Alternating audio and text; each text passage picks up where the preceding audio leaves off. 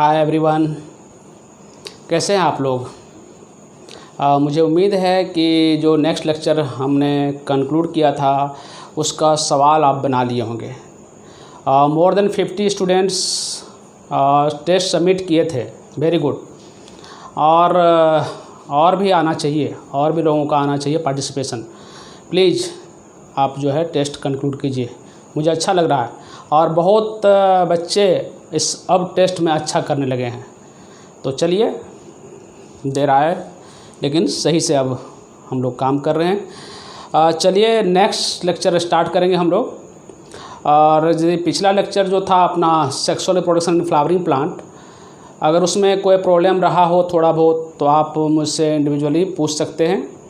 आप अपना डाउट्स लिख करके आप मुझे भेजेंगे। बहुत बच्चे इवन कर रहे हैं, इनफैक्ट रात के 12 बजे 1 बजे 2 बजे रात में भी बच्चे मुझे क्वेश्चंस पूछ रहे हैं। बहुत अच्छा लगा और मैं हर संभव कोशिश करता हूं कि उनको एट ए टाइम मैं उनको रिप्लाई करूं। आप कभी पूछ सकते हैं, आप क्वेश्चंस डाल दीजिए, मैं जब भी देखूंगा मैं उसको ज़रूर मैं उनका रिप्लाई करूंगा। तो ये अपना plus biology classes now becomes plus classes NCERT master. चले आइए हम लोग। Myself Manoj Kumar, NCERT master.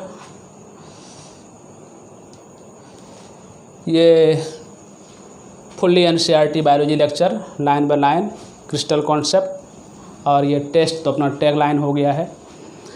कोई भी लेक्चर अगर आप देखते हैं जहाँ भी कहीं यूट्यूब से, लेकिन उस पर बेस्ड सवाल नहीं बनाते हैं तो लेक्चर कितना याद रहा आपको, कितना उस चीज़ को आप समझे, कैसे जानेंगे। तो लेक्चर देखने के बाद उस लेक्चर पर बेस्ड अगर यदि आपको सवाल मिल जाते हैं, क्वेश्चंस मिल जाती है, तो उनको आप सॉल्व करने का आप देखिए कि आप में वो क्षमता, उस लेक्चर को पढ़ने के बाद सुनने के बाद उसमें जो भी आप अपना टाइम खर्च किए हैं उनका क्या आउटकम आया है, ये कैसे पता चलेगा। ये पता चलेगा जब उस लेक्चर पर बेस्ड सवाल आपको बनने लगेगा, और आप तो बनाते नहीं हैं।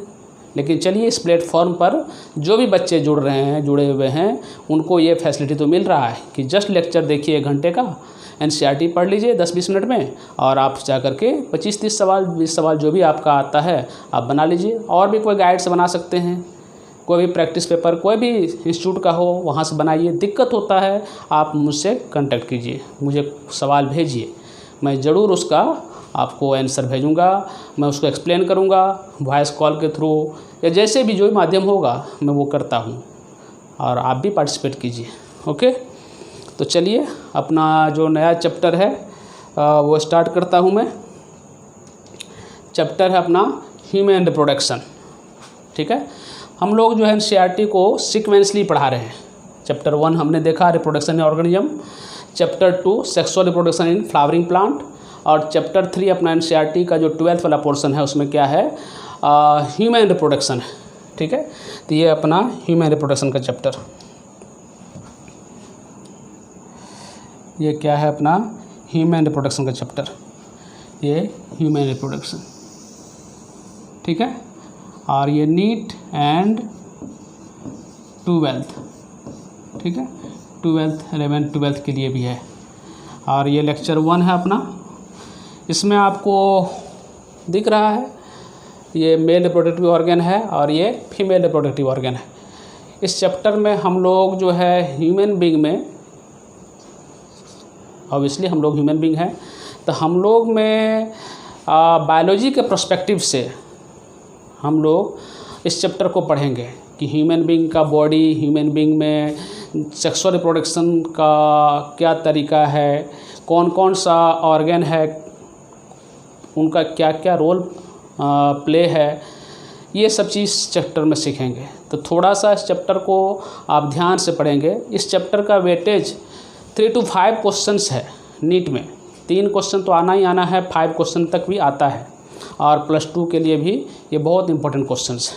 बहुत सारा क्वेश्चन आते रहते हैं। आप प्रीवियस ईयर का क्वेश्चन निकाल के देखिए नीट वाला, तो आपको ज़रूर मिलेगा और बहुत इंटरेस्टिंग भी है। क्यों? क्योंकि इसमें ह्यूमन बॉडी के बारे में पढ़ना है। हम लोग को अपने बारे में बहुत सारी बातें जो है नॉलेज नहीं है, पता ही नहीं क्या होता है, कैसे होता है, पढ़ेंगे आगे। तो इनका जानकारी हम लोग को इस चैप्टर को पढ़ने के बाद आप खुद देखेंगे आपके नॉलेज में कितना इन्हेंसमेंट होता है, कितनी सारी बातें आपको लगेगा कि ये तो हम जानते ही नहीं थे। ये जानते थे तो बहुत सारा ऐसा जगह होगा जहाँ की मिसकंसेप्शन होगा, आपका नॉलेज वहाँ क्लियर हो सकता है कि ना हो। तो इस चैप्टर में एकदम बिल्कुल तरोताज़ा होकर के इस चैप्टर को पढ़िए और एनसीईआरटी को ध्यान में रख करके पढ़ना। हम लोग को ज़्यादा भी नहीं जाना है, एनसीईआरटी का एक एक बात छोड़ना भी नहीं है, टोटल बात कवर करना है। ठीक है, चलिए। ह्यूमन रिप्रोडक्शन, आखिर ह्यूमन बीइंग रिप्रोडक्शन क्यों करता है? जैसे अदर मैमल्स है या अदर लिविंग ऑर्गेनिज्म है, उसमें चाहे एसेक्सुअल मोड ऑफ रिप्रोडक्शन हो चाहे सेक्सुअल मोड ऑफ रिप्रोडक्शन हो, इसी तरह से ह्यूमन बीइंग में भी क्या है, क्योंकि human being higher animal category में आता है, मैमल्स में आते हैं भाई।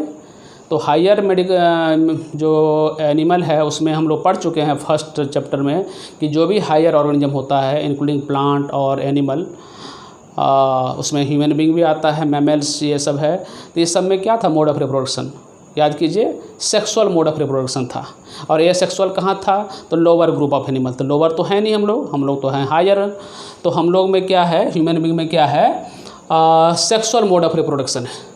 और ये सेक्सुअल मोड ऑफ रिप्रोडक्शन के लिए मेल में कुछ रिप्रोडक्टिव ऑर्गन्स है जो रिप्रोडक्टिव एक्टिविटी में भाग ले रहा है, फीमेल में भी कुछ ऐसा ही ऑर्गन है।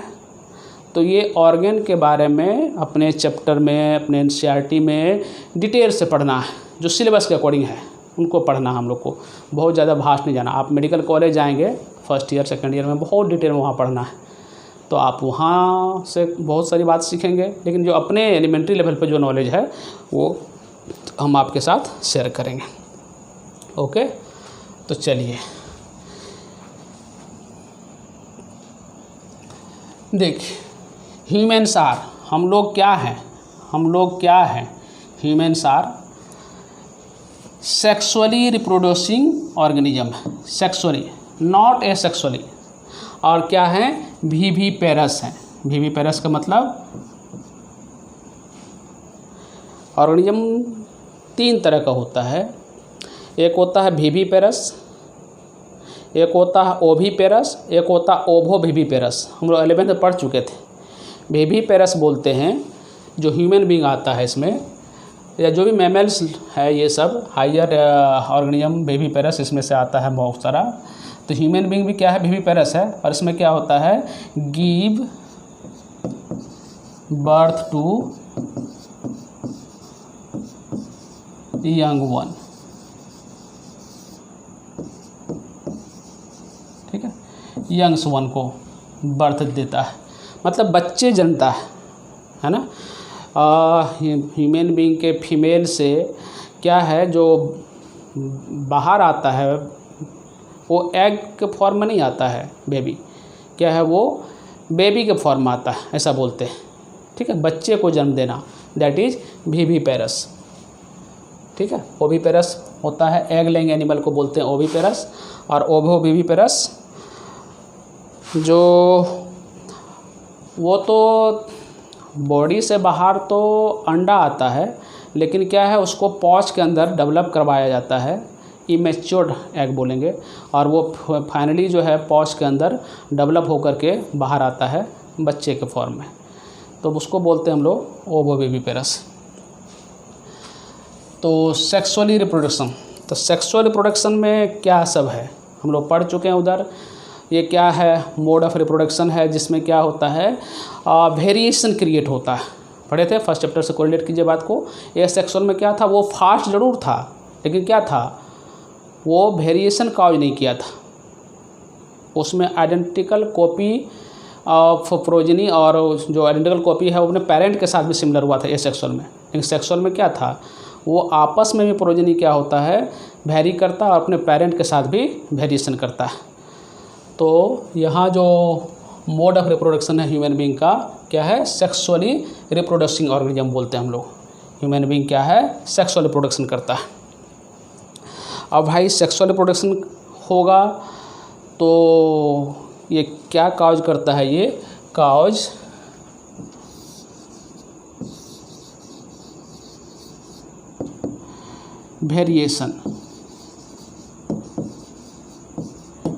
Variations among parents among offspring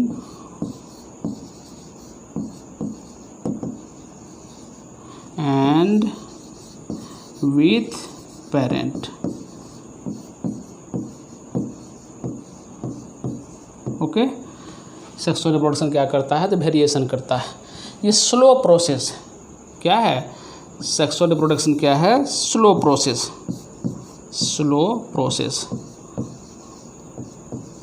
process बोलते हैं।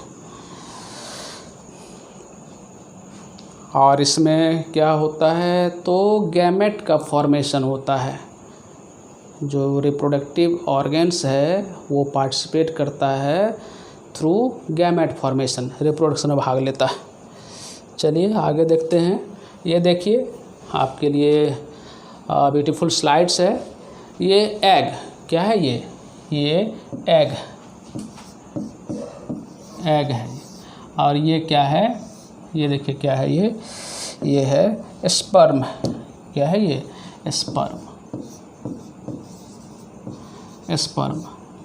ठीक है। और ये कौन प्रोड्यूस करता है, तो मेल प्रोड्यूस करता है। मेल का सिंबल है ये, मेल प्रोड्यूस करता है स्पर्म। और स्पर्म को यहाँ हम लोग क्या बोलते हैं, गैमेट्स बोलते हैं। गैमेट है ये। और एग भी क्या है, ये भी गैमेट है ये। और ये कौन प्रोडक्शन करता है, एग किसके द्वारा, तो ये फीमेल के द्वारा। ये फीमेल का सिंबल है, फीमेल के बॉडी से ये रिलीज होगा। ठीक है, देखेंगे इसके बारे में, हम लोग सीखेंगे।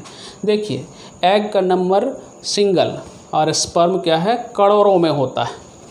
ठीक है, इसके बारे में हम लोग आगे भी फिर पढ़ेंगे डिटेल में। चलिए आगे देखते हैं। कह रहा the reproductive events occurs after puberty. अभी क्या बोले थे कि जो ह्यूमन बीइंग में रिप्रोडक्शन का जो प्रोसेस है, सेक्सुअल रिप्रोडक्शन का जो प्रोसेस है वो क्या है, स्लो प्रोसेस है। ऐसा नहीं है कि बेबी जन्म लिया और वो रिप्रोडक्टिव एक्टिविटी में भाग लेगा, ऐसा नहीं होता है। ह्यूमन बॉडी के लाइफ में अलग अलग फेजेज हैं। ह्यूमन बच्चा जन्म लिया, फिर वो ग्रो करेगा। ग्रो होते होते वो एक सर्टेन एज को वो अटेन करेगा।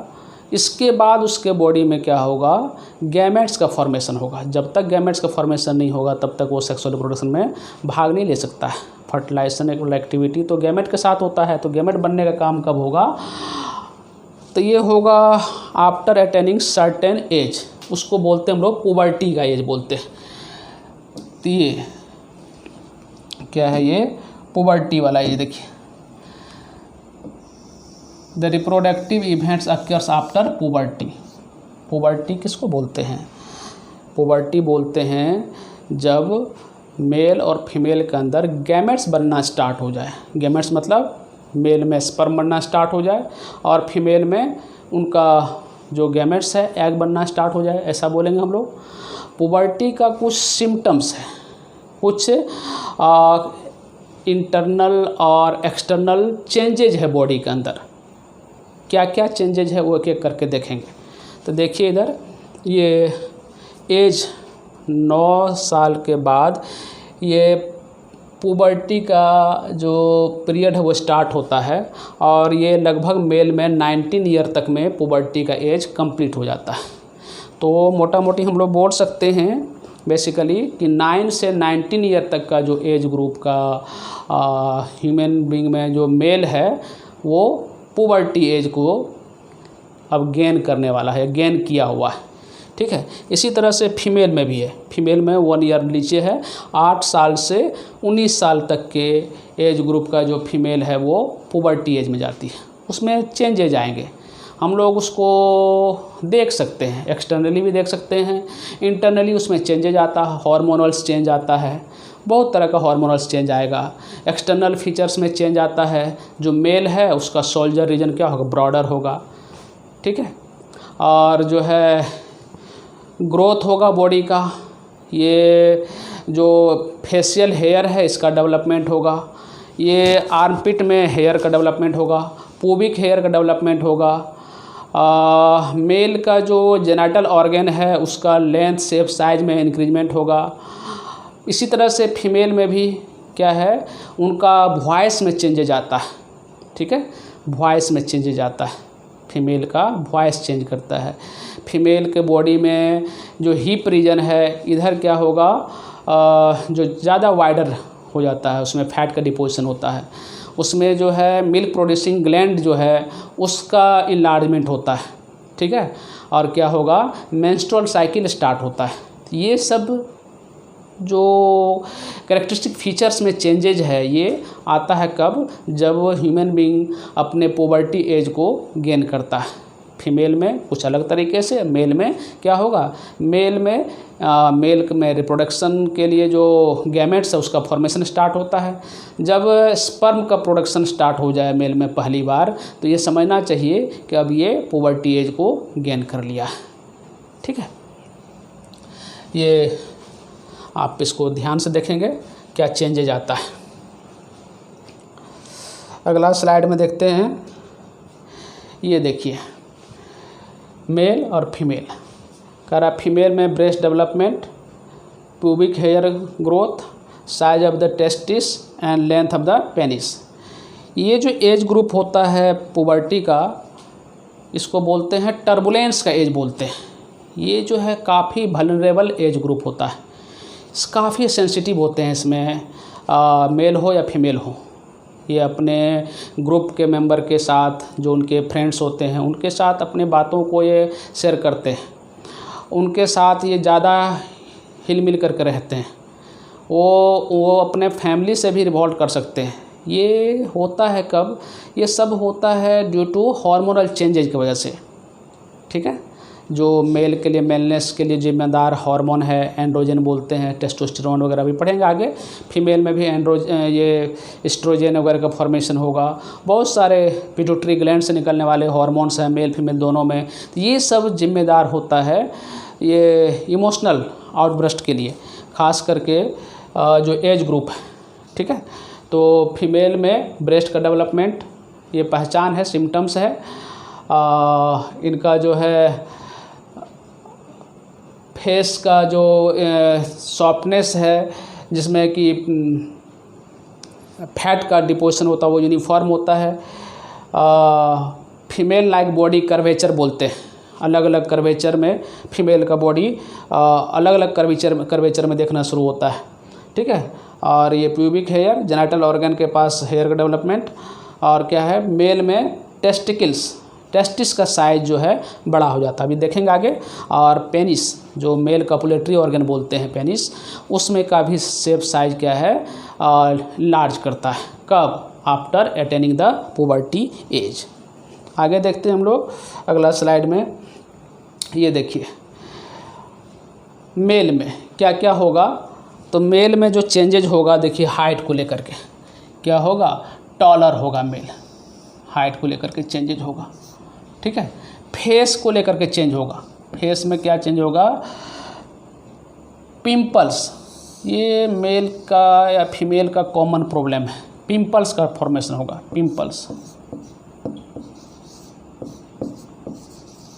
पिंपल्स का फॉर्मेशन। और क्या है, और प्राइवेट एरिया में क्या होगा, हेयर का डेवलपमेंट होगा।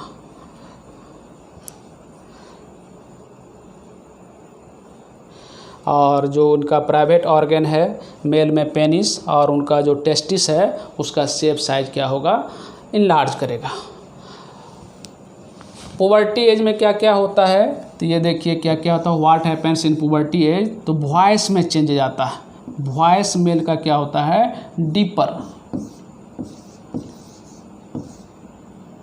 डीपेंस बोलते हैं, डीप करता है, भारी भरकम आवाज़ हो जाता है। और आर्मपिट एरिया में क्या होगा, स्वेट ग्लैंड का फॉर्मेशन होगा। और क्या है, हेयर्स का डेवलपमेंट होता है कहाँ, जेनिटल ऑर्गन के आसपास, फेस में, आर्मपिट में और जेनिटल ऑर्गन के आसपास क्या होगा, हेयर का डेवलपमेंट होता है। ये पहचान है, सिम्टम्स है कि मेल पुबर्टी एज को गेन कर रहा है। देखिए पिंपल्स वगैरह आता है, मेल फीमेल दोनों में पिंपल्स होगा। मेल भी सेंसिटिव होते हैं अपने बॉडी में हो रहे चेंजेज को लेकर के।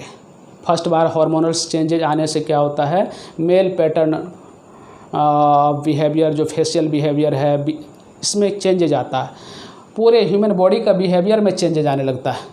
ठीक है, तो ये इसी तरह से फीमेल में भी देखिए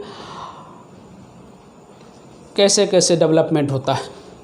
ये नॉर्मल 8 से 10 साल का, 9-10 साल का लड़का बॉयज़ का है ये प्यूबिक हेयर का डेवलपमेंट, बॉडी हेयर का डेवलपमेंट।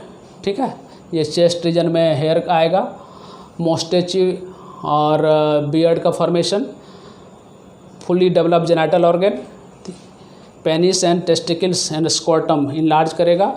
ये सीक्वेंस वाइज इवेंट होता है मेल में। इसको ध्यान रखेंगे कि किस तरह से बॉडी चेंजेज करता है, पहला स्टेज, दूसरा, तीसरा, चौथा, इस तरह से आते आते ये जो है गेन करता है। अब देखिए इधर जो पीछे स्लाइड देखे थे हम लोग, इसमें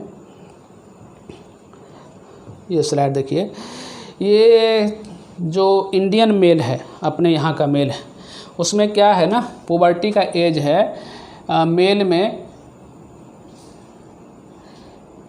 ये है 13 से 15 साल। ठीक है, 13 year to 15 age of puberty बोलते हैं मेल में। और फीमेल में क्या है, 11 से लेकर के 13 ईयर, ये 11 साल से स्टार्ट होता है। 11 साल से 13 साल के बीच में फीमेल क्या है, अपने पुबर्टी एज को गेन कर लेती है। इस बात को ध्यान रखेंगे। और मेल क्या है, 13 टू 15 ईयर्स में। हाँ, कुछ कोल्ड कंट्रीज है, जो वेस्टर्न कंट्री है, कनाडा हो गया, ये सब जगह क्या है, थोड़ा सा लेट डेवलपर होता है मेल्स, फीमेल भी थोड़ी लेट डेवलपर होती है। लेकिन अपने यहाँ क्या है, थोड़ा अर्ली डेवलपर, क्योंकि यहाँ क्लाइमेट क्या है, वार्म क्लाइमेट है, तो इसको लेकर के चेंजेज आता है। आगे चलिए बढ़ते हैं। ये स्लाइड देख लिए, अगला स्लाइड देखते हैं क्या है। देखिए इधर एज ऑफ 9 में मेल बॉडी का स्ट्रक्चर, 10 में, 13, 14 और एज ऑफ 19 देखिए ये चेस्ट पर हेयर का डेवलपमेंट होगा। ठीक है, बॉडी पैटर्न में ग्रोथ है। तो ये क्या इंडिकेट कर रहा है, पुबर्टी एज को। इसमें क्या है, मेल मैच्योर एज को इंडिकेट कर रहा है। इसमें गैमेट्स का फॉर्मेशन, स्पर्म का फॉर्मेशन इसके बॉडी में होना स्टार्ट हो चुका है। तो वो तो 13 से 15 साल में ही स्टार्ट हो जाता है। ठीक है, और 19 साल आते आते क्या है, फुली मैच्योर्ड मेल हो जाता है। ये देखिए फीमेल का बॉडी पैटर्न, जो आफ्टर अटेनिंग पुबर्टी क्या क्या होगा इसमें। फेस, पिंपल्स यहाँ भी आएगा। ठीक है, स्वेट, आर्मपिट एरिया में स्वेटिंग होगा, इस एरिया में स्वेटिंग होगा। ठीक है, पिंपल्स आएगा फेस पर। और मेंस्ट्रुएशन क्या होगा, स्टार्ट होगा। मेंस्ट्रुएशन पीरियड क्या होगा, स्टार्ट होगा। हाइट में टॉलर होगी फीमेल, ब्रेस्ट का डेवलपमेंट होगा। ठीक है, और यहाँ भी हेयर का फॉर्मेशन होगा, कहाँ, जेनिटल एरिया में, आर्मपिट एरिया में। ठीक है, और लिखे हैं लेग के ऊपर भी क्या होता है, हेयर का फॉर्मेशन, और between your legs, that is genital area. जो फीमेल का रिप्रोडक्टिव पार्ट का जो एक्सटर्नल पार्ट है, उधर भी क्या है, हेयर का डेवलपमेंट है। तो ये चीज़ है। आगे देखिए फीमेल में क्या होगा, मेंस स्टार्ट होगा। तो ये क्या होता है, पहली बार स्टार्ट होता है फीमेल को। वो अपने यहाँ क्या है, थोड़ा सा ऑर्थोडॉक्स टाइप का अपना कल्चर है, जल्दी शेयर नहीं करते हैं। फीमेल क्या है, सिर्फ़ और सिर्फ वो अपने सहेलियों के साथ, चूँकि उनको जो एज ग्रुप का जो मेंबर है उनको भी मालूम नहीं होता है, तो कभी कभी काफ़ी परेशानियाँ होती है। तो ऐसा नहीं होना चाहिए। अगर किसी फीमेल को फर्स्ट बार जो मेंस्ट्रुएशन स्टार्ट होता है तो उनको अपने मदर के साथ या जो उनके क्लोज हैं उनके साथ शेयर करना चाहिए। ये नेचुरल चीज़ है। तो इनको इंडिकेट करने वाला एक स्लाइड्स हमने यहाँ डाला था। ये देखिए फीमेल क्या है, पुबर्टी एज को गेन करने के साथ ही क्या होती है, वो काफ़ी सेंसिटिव होती है अपने फेस को लेकर के, अपने बॉडी स्ट्रक्चर को लेकर के, बॉडी में होने वाले चेंजेज को लेकर के। ठीक है, काफ़ी देर तक जो है अपना चेहरा देखती रहती है। इस तरह का मेल भी करते हैं, फीमेल थोड़ा ज़्यादा ही। तो ये सब सिम्बॉल्स होता है पुबर्टी एज गेन करने का। ठीक है, छोटा बच्चा है वो दर्पण देखेगा नहीं देखेगा कोई मतलब नहीं है, लेकिन जो 11-12 वर्ष की फीमेल हो जाती है वो बार बार अपने चेहरे को देखती है। ये सब इंडिकेट करता है कि female is going into puberty age. मतलब उसमें मेंस स्टार्ट होगा, उनका जो है और भी फिजिकल कंडीशन में चेंजेज आएंगे।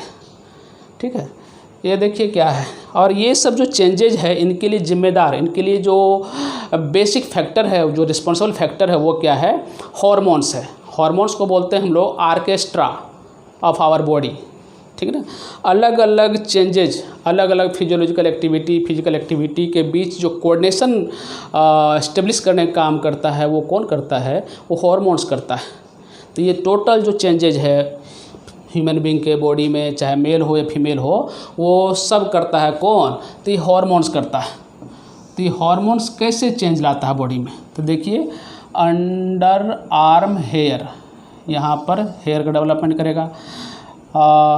फीमेल है, फीमेल में भी अंडर आर्म हेयर का फॉर्मेशन, और ये ब्रेस्ट ग्रोथ करेगा। ठीक है, ब्रेस्ट का फॉर्मेशन। और क्या है, हिप ग्रोथ, ये जो है वाइडर एरिया होगा हिप ग्रोथ, बताएंगे इसका पीछे क्या कारण है। और ये प्यूबिक हेयर का डेवलपमेंट इस रीजन में, जेनिटल एरिया में। और क्या होगा, मेंस्ट्रुएशन स्टार्ट होगा। और एक ग्लैंड है पिट्यूटरी ग्लैंड, यहाँ से निकलने वाला हॉर्मोन्स, पहले इसको हम लोग मास्टर ग्लैंड बोलते थे, हम लोग पढ़ चुके थे 11th में। पिट्यूटरी ग्लैंड से निकलने वाला हॉर्मोन्स बहुत सारे अदर ग्लैंड के ऊपर भी रेगुलेशन का काम करता है। तो पिट्यूटरी ग्लैंड का रोल पढ़ेंगे आगे। ये फीमेल में ओवरीज। ठीक है, इस तरह से मेल में भी देखिए फेशियल हेयर का ग्रोथ करवाएगा। कौन करवाता है, ये सब हॉर्मोन्स करवाता है। वॉइस में चेंजेज, भारी आवाज़, फीमेल का वॉइस चेंज, उसमें श्रिलनेस आता है, उनका आवाज़ सुरीलापन आता है फीमेल में। और यहाँ भी अंडर आर्म हेयर का डेवलपमेंट, प्यूबिक हेयर का डेवलपमेंट जेनिटल एरिया के आसपास। और क्या है, ये मेल का पेनिस और टेस्टिस में चेंजेज। टेस्टिस क्या करेगा, स्पर्म का प्रोडक्शन स्टार्ट करेगा, तो इजाकुलेशन स्टार्ट होगा। मेल के बॉडी से, जेनिटल एरिया से स्पर्म का बाहर आना, that is ejaculation term use करते हैं। चलिए आगे देखते हैं नेक्स्ट स्लाइड में। ये देखिए क्या क्या चेंजेज होगा गर्ल्स में और बॉयज़ में, क्या क्या चेंजेज आता है, इसको ध्यान से देखिए। ये सब अपने एनसीईआरटी में है, उसी से जो है ये स्लाइड्स बनाया गया है। देखिए 9 से 11 साल की उम्र तक आते आते फीमेल में क्या होगा, बर्डिंग ऑफ ब्रेस्ट लिखे हैं, मतलब ब्रेस्ट रीजन में क्या होगा, थोड़ा थोड़ा उभार आना स्टार्ट होगा, दैट इज बर्डिंग ऑफ ब्रेस्ट बोलते हैं। बर्ड निकलना, हाइड्रा में पढ़ चुके हैं हम लोग, इस तरह की बातें। क्या है, 10 से 11-12 साल तक में प्यूबिक हेयर का डेवलपमेंट होगा।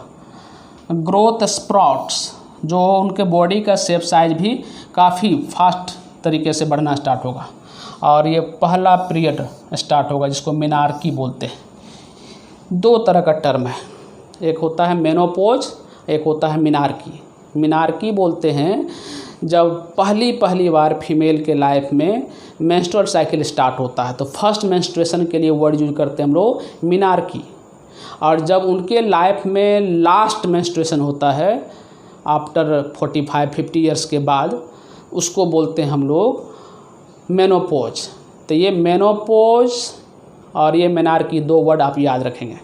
तो मेनार्की जो 11 से 13 साल तक में स्टार्ट हो जाता है, और मेनोपोज जो 50 ईयर्स के आसपास क्या होता है, सीज कर जाता है, मेनोपोज हो जाता है। तो ये जो बीच का ड्यूरेशन है that is sexually active period बोलते हैं। इसी पीरियड में फीमेल जो है गैमेट का प्रोड्यूस करती है और वो चाइल्ड प्रोड्यूस कर सकती है। काउंटर मेल के साथ मैटिंग करने से क्या होगा, चाइल्ड का प्रोडक्शन हो सकता है। तो जो एक्टिव फेज है, सेक्सुअली एक्टिव फेज है, वो कहाँ से कहाँ है, मेनार्ची से लेकर के मेनोपॉज के बीच। ठीक है, आगे देखेंगे, यहाँ से सवाल आता है। और देखिए इधर क्या है, growth of under arm air, ये सब फीमेल में चेंजेज आएगा एट द पुबर्टी के टाइम में। Change in body shape, female का बॉडी का कर्वेचर जो है चेंज करता है इस तरह से।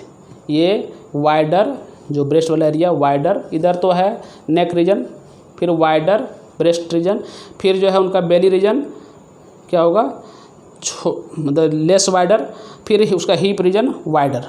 इस तरह से हो कर्वेचर होता है उनकी बॉडी में, डिफाइनिंग कर्वेचर बोलते हैं।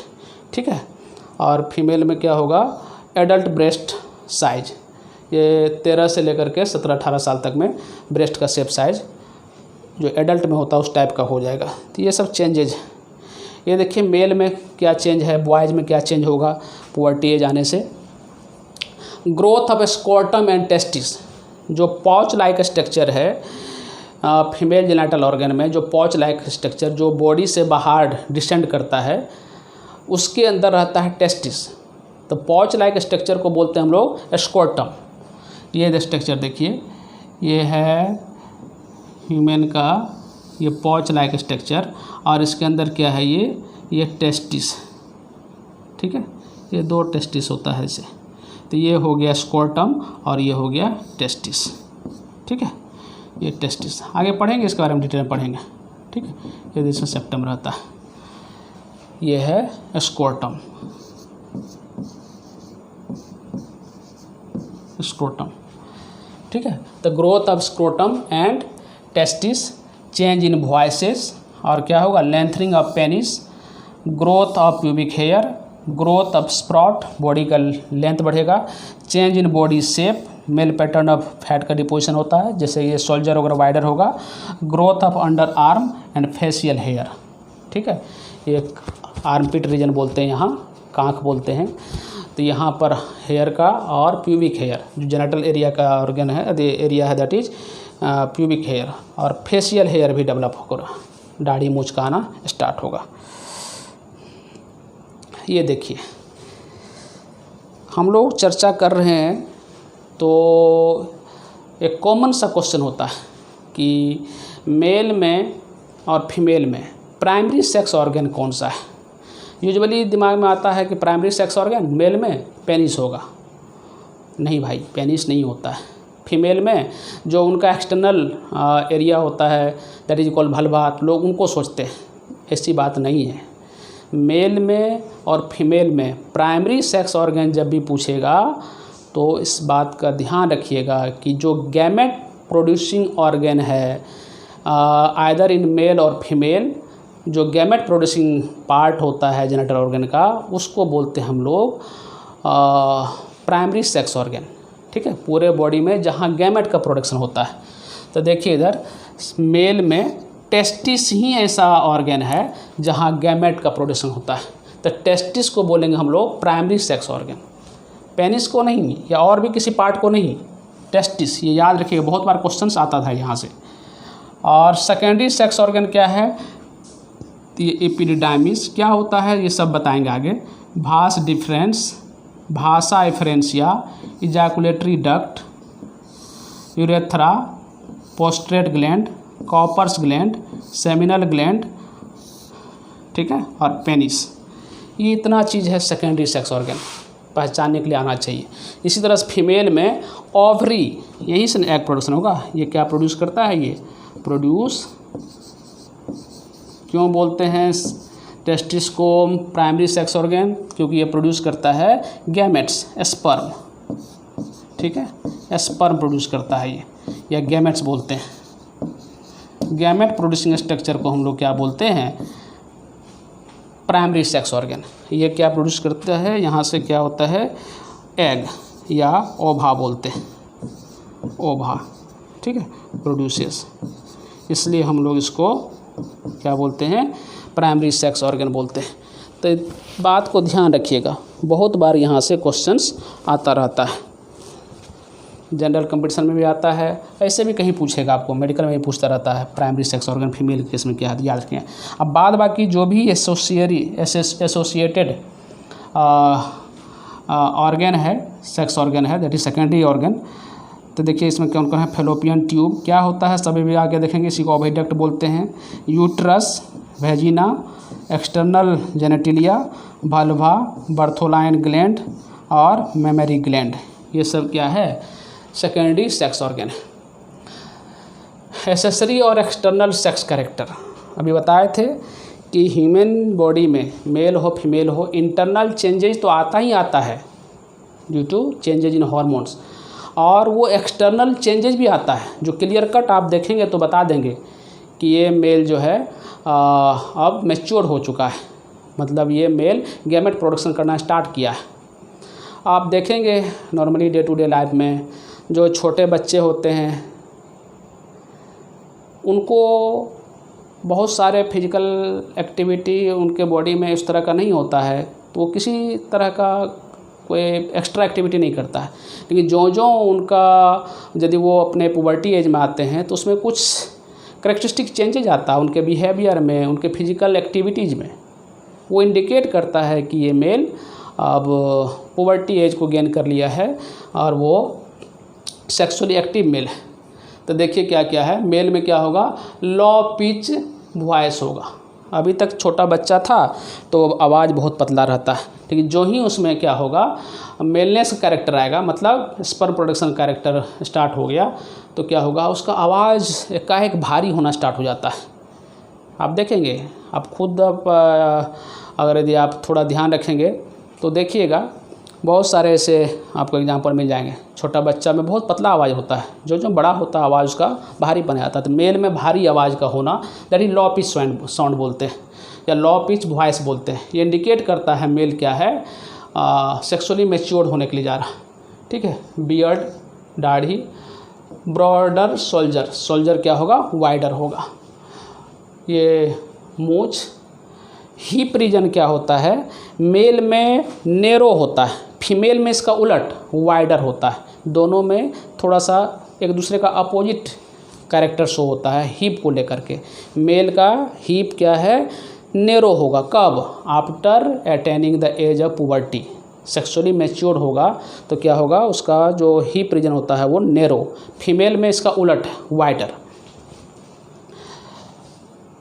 ठीक है, और ये देखिए breathing bye means of diaphragm, ये उतना इम्पोर्टेंट नहीं है, फिर भी जान लीजिए कि मेल का जो ब्रीदिंग पैटर्न होता है उसमें भी चेंजेज आता है। जो डायफ्राम है ना, इधर थोरेसिक रीजन और एब्डोमिनल रीजन को सेपरेट करने वाला डोम शेप्ड स्ट्रक्चर जो मस्कुलर स्ट्रक्चर है दैट इज डायफ्राम। तो मेल में डायफ्राम के हेल्प से ब्रीदिंग पैटर्न डेवलप होता है, लेकिन फीमेल में एक्सटर्नल, ये जो स्टर्नम है उसके हेल्प से बोलते हैं। ठीक है, बस ऐसे एक पॉइंट है, याद रखेंगे, एनसीईआरटी में नहीं मेंशन किया है। फीमेल में देखिए क्या है, क्या क्या चेंजेज आएगा। एसेसरी या एक्सटर्नल सेक्स कैरेक्टर में हाई पिच वॉइस होगा, उनका जो साउंड प्रोड्यूस होगा फीमेल के बॉडी से, सुरीला आवाज़ बोलते हैं। ठीक है, गाना वाना गाएगी तो बहुत अच्छा सुनने में मिलेगा, उनका वॉइस पैटर्न चेंज होता है। बच्चे में जब वो रहती है तब का वॉइस, और जब वो थोड़ी बड़ी होती है पुबर्टी एज को गेन करती है तो उनके जो श्रिलनेस है, जो मीठापन होता है आवाज़ में, वो थोड़ा ज़्यादा बढ़ जाता है, तो बोलते हैं हाई पिच। अब देखेंगे रेलवे स्टेशन पर जो वो प्रचार करने के लिए होता है गाड़ी उड़ी, देखिए वहाँ पर हमेशा फीमेल का साउंड दिया जाता है। क्यों? क्योंकि उसमें स्मूथनेस है, श्रिलनेस बोलते हैं। ठीक है, हाई पिच साउंड है वो। और क्या है, फेस क्या होगा, स्मूथ फेस बोलते हैं, इवनली डिस्ट्रीब्यूशन होता है उसके फेस पर फैट का। नैरो सोल्जर के मामले में ये जो है फीमेल का नैरो होता है, मेल का वाइडर होता है। और ब्रॉडर हिप्स, मेल का नैरो है, फीमेल का ब्रॉडर हिप्स ब्रॉडर होने के पीछे कारण है नेचर उनके बॉडी को इस तरह से तैयार करता है कि अगर यदि वो फ्यूचर में प्रेगनेंसी होल्ड होती है तो जब वो कहीं सिटिंग करेगी तो जर्क लग सकता है, तो जो हीप रीजन है वहाँ फैट का डिपोजिशन नेचुरली उसमें जो है उनका पैटर्न, उनके बॉडी पैटर्न में इस तरह से शामिल है नेचर के द्वारा कि हीप रीजन में काफ़ी फैट का डिपोजिशन होता है। तो देखिएगा जो फीमेल पुबर्टी एज को गेन करती है उनका जो है ये हीप रीजन वो क्या है काफ़ी वाइडर होता है, उसमें फैट का डिपोजिशन होता है, वो कुशन लाइक काम करता है। जब फीमेल कहीं बैठ रही उठ रही है तो क्या है, अगर वो प्रेगनेंसी होल्ड भी है तो जो फीटस का डेवलपमेंट हो रहा है उनके यूट्रस में उसको जर्क ना लगे, जर्किंग ना लगे, इस वजह से इस तरह का ये नेचर में डेवलपमेंट होता है। ठीक है, और उसका क्या है एक्सटर्नल ब्रीदिंग बोलते हैं, वो स्टर्नम के हेल्प से वो सांस लेती है, पसली के हेल्प से बोलते हैं। ये कुछ था अपना मेल और फीमेल का primary sex organ, secondary sex organ और एसेसरी एक्सटर्नल सेक्स कैरेक्टर के बारे में कुछ बातें, इसको ध्यान रखेंगे। ये बहुत बार पूछता है वो दो बात कि प्राइमरी सेक्स ऑर्गन कौन है, तो क्या बोलेंगे प्राइमरी सेक्स ऑर्गन वो होता है जो गैमेट्स का फॉर्मेशन करता है। तो मेल में गैमेट्स का फॉर्मेशन टेस्टिस से और फीमेल में गैमेट का फॉर्मेशन ओवरी से, इस बात को ध्यान रखेंगे। बाद बाकी जो भी स्ट्रक्चर है ठीक है वो सब क्या है सेकेंडरी है। चलिए नेक्स्ट स्लाइड देखते हैं। देखिए इधर कह रहा है मेल में और फीमेल में there are remarkable difference between the reproductive event in the male and female. क्या डिफरेंसेस है कि मेल जो है थ्रू आउट लाइफ बोलते हैं, ओल्ड एज में भी, ओल्ड एज मतलब 50, 60, 70, 80 साल तक के उम्र में भी क्या है मेल कंटिन्यूसली उसके बॉडी में उनका गैमेट का फॉर्मेशन होता रहता है, स्पर्म का फॉर्मेशन होता रहता है। लेकिन फीमेल में ये बात नहीं है। फीमेल में क्या है, फीमेल आफ्टर एक सर्टेन एज के बाद अप्रॉक्स 45 से 50 के आसपास, आपका एनसीईआरटी 50 ईयर लिखा है, 50 ईयर्स के बाद फीमेल क्या होती है वो मेनोपॉज को अटेंड करती है। मेनोपॉज को अटेंड करने का मतलब क्या है, उनका पीरियड ख़त्म हो जाता है, उसका ओवुलेशन होना बंद हो जाता है, उसमें वो गैमेट प्रोडक्शन बंद कर देती है। ठीक है, तो मेल और फीमेल का जो गैमेट प्रोडक्शन का जो नेचर्स है वो डिफरेंट है। मेल ओल्ड एज में भी गैमेट का प्रोडक्शन कंटिन्यू रखता है, लेकिन फीमेल क्या है वो after certain age that is about 50 years age वो क्या करती है, उनका गैमेट का प्रोडक्शन बंद हो जाता है। तो ये male female body pattern gamete production के मामले में क्या है अलग अलग है। ठीक है, ये ध्यान रखिएगा। There are remarkable difference between the productive event in the male and the female. For example sperm formation ठीक है कंटिन्यू करता है even in old man, but formation of ovum cease in the women around age of 50।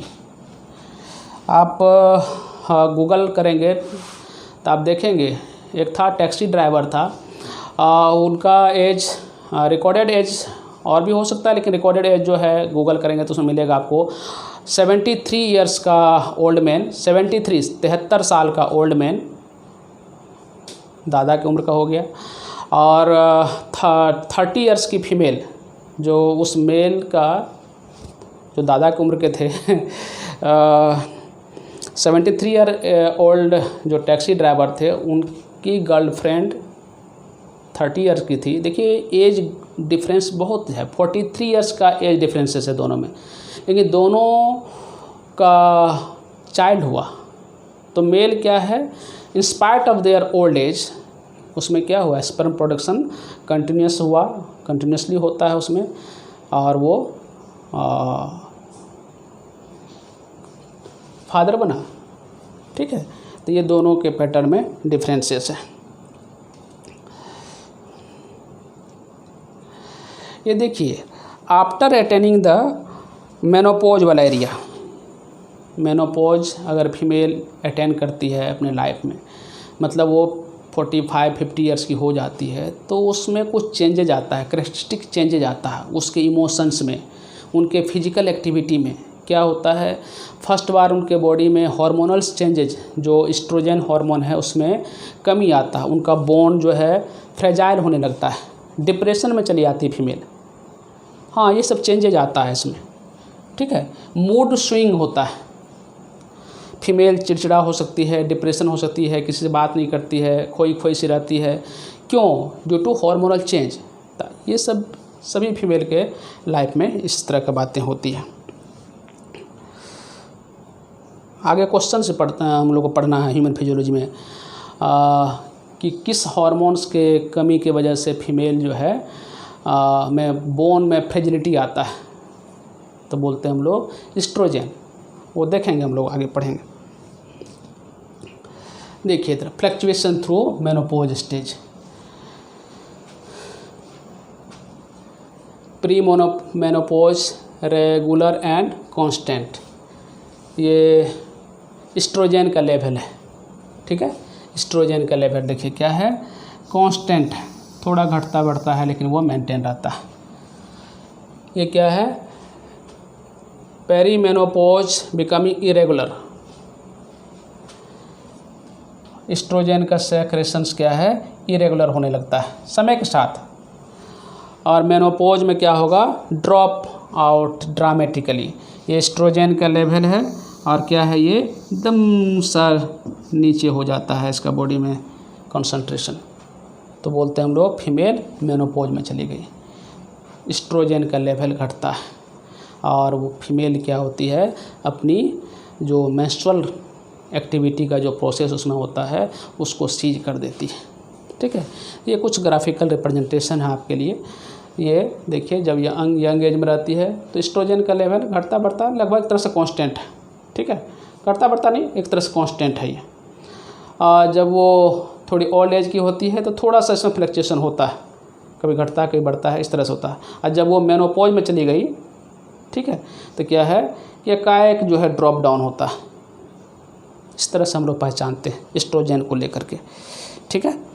तो चलिए आगे देखते हैं।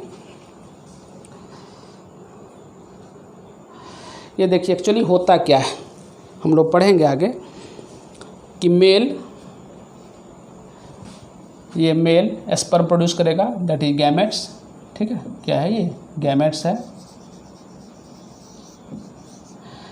Male produce किया स्पर्म, ये मेल का सिंबल, ये फीमेल का सिंबल, ठीक है। फीमेल एग प्रोड्यूस की और ये मेल का गैमेट, फीमेल का एग, दोनों हैप्लॉइड स्ट्रक्चर है ना। अब ये क्या किया, ये एग और ये स्पर्म, ये दोनों अपने में हैप्लॉइड स्ट्रक्चर है, एन है, ठीक है, एन है। हम लोग जानते हैं कि ह्यूमन बॉडी में जो क्रोमोजोम नंबर होता है वो क्या है, 2n बराबर, याद कीजिए 46, ठीक है। मेल हो फीमेल हो उसके बॉडी में 46 क्रोमोजोम है। और जब ये गैमेट प्रोडक्शन में भाग लेता है, मेल का ऑर्गन और फीमेल का ऑर्गन, तो जो गैमेट बनता है वो क्या होता है, हैप्लॉइड होता है। और हैप्लॉइड क्रोमोजोम का नंबर कितना, 23। तो ये देखिए स्पर्म, ये एग, फर्टिलाइजेशन, यहाँ सिंगेमी वर्ड यूज नहीं करते हम लोग, फर्टिलाइजेशन बोलते हैं। मेल फीमेल गैमेट का आपस में फ्यूज होना, दैट इज फर्टिलाइजेशन। वो क्या बनेगा,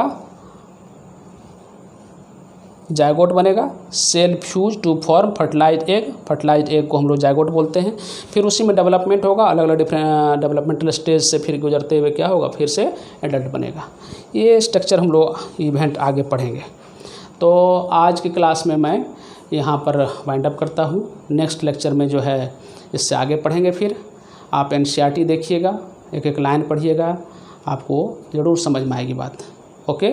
और इस पर बेस्ड सवाल हम लेक्चर के साथ अटैच करेंगे, आप सवाल बना करके सबमिट करेंगे, ओके।